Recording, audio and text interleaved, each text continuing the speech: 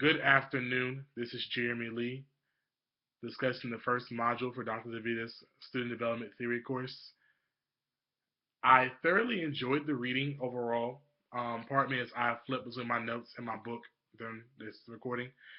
Thoroughly enjoyed the reading. I really liked that we got the opportunity to discuss more about how students develop in college. I like the introductory chapters, discussing the history of higher education, discussing how we got to where we are now, the different theories that came to deciding how students develop during college. It's very impressive to me. I really enjoy reading it and learning more about it. During my readings, I definitely enjoyed a lot more of the student development theory in college book. So that's what I'm going to focus more on during this portion. And so first of all, I really agreed. I read the two definitions of what student development theory is. I felt the first one left to be a little bit vague, so I did like the second one, which was the ways that a student grows, progresses, or increases his or her development capabilities as a result of enrollment in a higher institution of higher education.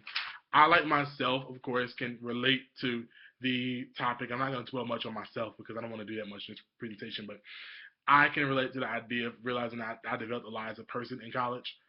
Throughout my earlier days that went to Salem State, I came into college as some kind of person, and I transformed to a better person afterwards. So that definitely hit home to me when I read that definition. Um, Also,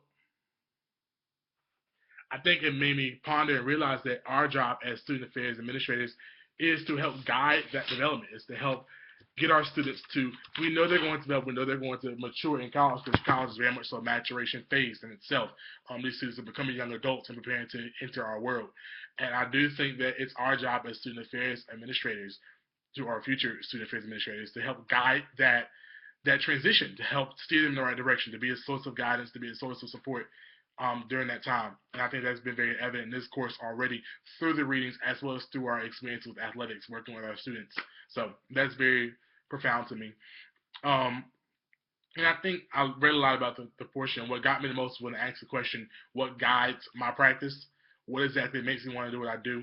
I think it's very important that people realize that you can't enter student affairs with the idea of, well, I'm a great person with kids, or I love college students, so because I'll be a good student affairs administrator. It's not actually that way. You have to really be engaged in the theory of it, engaged in how to better these students, always constantly remaining aware of what new things are going into higher education that can help better our students, because it's an always changing, ever changing field that we're in. So I think we need to always make sure that we do our best to stay along with the times. So I really like that. I think loving the students just won't cut it. It's not enough to say you love them anymore. I think now you really have to engage them more and be with them. So that was important to me. I really, really enjoyed the Hollins person environment theory. I feel like I've seen it before in a course, before in undergrad, but I'm not sure. But I personally identified myself with three different categories, and that was social, enterprising, and realistic. Social, I do happen to be a talker. I like to talk a lot. Clearly, I think I'm going to wind up going over 5 minutes in this thing. But I do like to be more social. Also, enterprising is I like to be more ambitious and handling more of. I think enterprising catches more of the social atmosphere going into business as well. It's a good mix between the two, and I think I fall into that category. Also, I think realistic because I don't like to really. It's not that I don't like theory, because I know this is the wrong place to say that, but I do like the idea of more realistic and more dead on and spot on with things. So that's why I identify more with that area. I'm sorry, my laptop just closed out on me, so I'm fixing that now. Um, but nevertheless, even though I like the Hollins person environment theory, I also didn't care for it a lot because I felt like at the end of the day, as effective as it is, it also places labels on students. And I don't really like giving students labels. I really feel as if we need to, I feel if we give the students labels and they start to try and ascribe to the labels. I know in an earlier discussion in the book, one of the writers said that if you tell us, rather than telling the student that he thinks as in duality, instead say the student who thinks dualistically, or say students who demonstrate characteristics of immersion. And I think that way you're not ascribing them to be a certain kind of person. Instead, you're just saying that they have tendencies to think in this characteristic.